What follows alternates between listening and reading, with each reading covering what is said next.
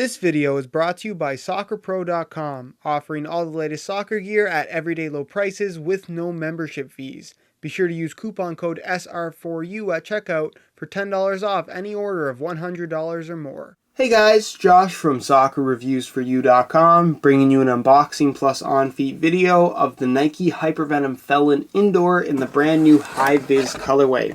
So I'll get the shoes out of the box really quickly. Keep in mind that these do not come with any extras. Get this box out of the way, and if you guys could take a quick second to leave a like on the video, it would be greatly appreciated. So here is a look at the indoor version of the HyperVenom Phelon. This is a shoe that a lot of you guys have made requests for me to bring in.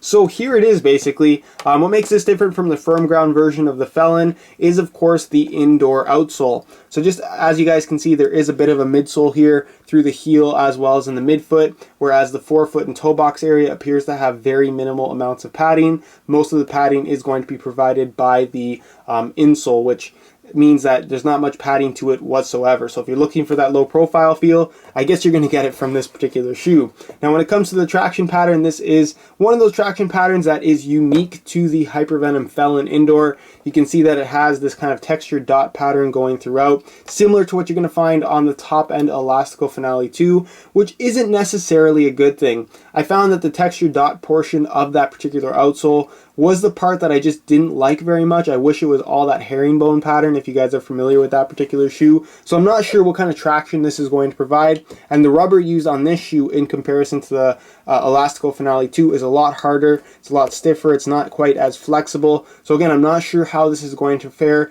in terms of traction on hard indoor court surfaces, but on the street or on concrete or something like that, I could see this kind of faring pretty well. You can see that there is somewhat of a split toe design, just like what you're going to find on pretty much all of the HyperVenoms, and I'm sure it's going to be the same case here. I've talked about this before. The split toe design is one of those things about the HyperVenom line, whether you're talking about the low end Phelon or the top end Phantom, that to me just doesn't make a difference at all. It's not noticeable, and it's one of those features that honestly I could do without, just because you're not really going to notice much of a difference whatsoever. As far as the rest of the shoe goes, it's pretty much the exact same as the firm ground version of the HyperVenom Phelon, which I'm sure a lot of you guys are familiar with. Features the same trophy synthetic upper. The quality is almost identical, if not exactly the same.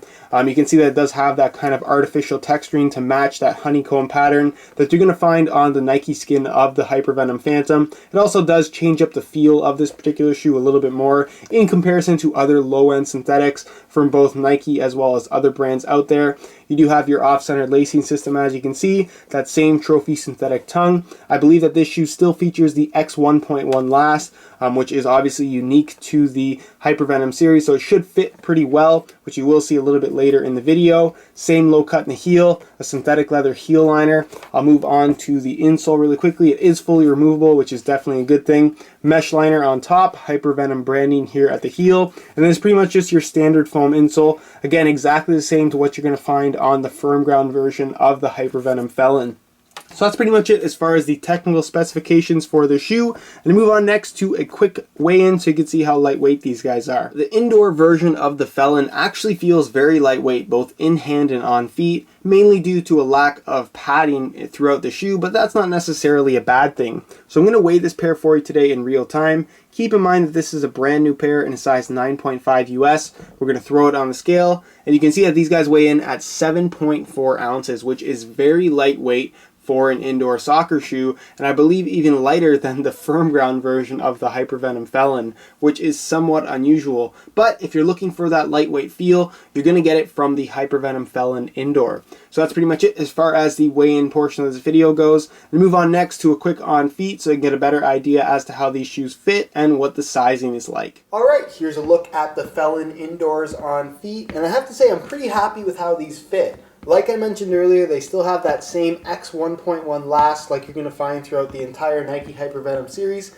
making for a relatively high quality fit, considering that this is technically still a lower end shoe. As far as comfort goes from right out of the box, the synthetic is a little bit stiff and it does crease somewhat awkwardly on the foot, as you guys can see, but for the most part it still feels pretty comfortable with minimal break-in time required from what I can tell so far. In terms of sizing, I'm wearing a size 9.5 in this particular shoe, which is a half size larger than my normal size 9. I just find that most of Nike's indoor models whether it be from the FC24/7 line or even their standard indoor models like I have on right now, just tend to fit a half size small, and they definitely fit pretty good in that 9.5 US. So if you are looking to order a pair of these for yourself, I would definitely recommend going a half size up. In terms of width, it fits almost identically to the firm ground version of the Phelon, so if you fit in that one, you'll fit in these ones too. So that's pretty much it as far as the on-feet portion of this video, and I'll leave you to my final thoughts. Alright guys, that's it for my unboxing of the Nike HyperVenom Phelon Indoor. I have to say that it's not as bad as I thought it was going to be. The quality of the synthetic upper is okay for a low-end synthetic, and it feels pretty good on feet. It has that nice fit, and of course it's very, very light. But in terms of the feel of the shoe, I can't say that it's on par with shoes, indoor models from Nike in similar price ranges, mainly the Elastico line, which would be most comparable to this style of shoe.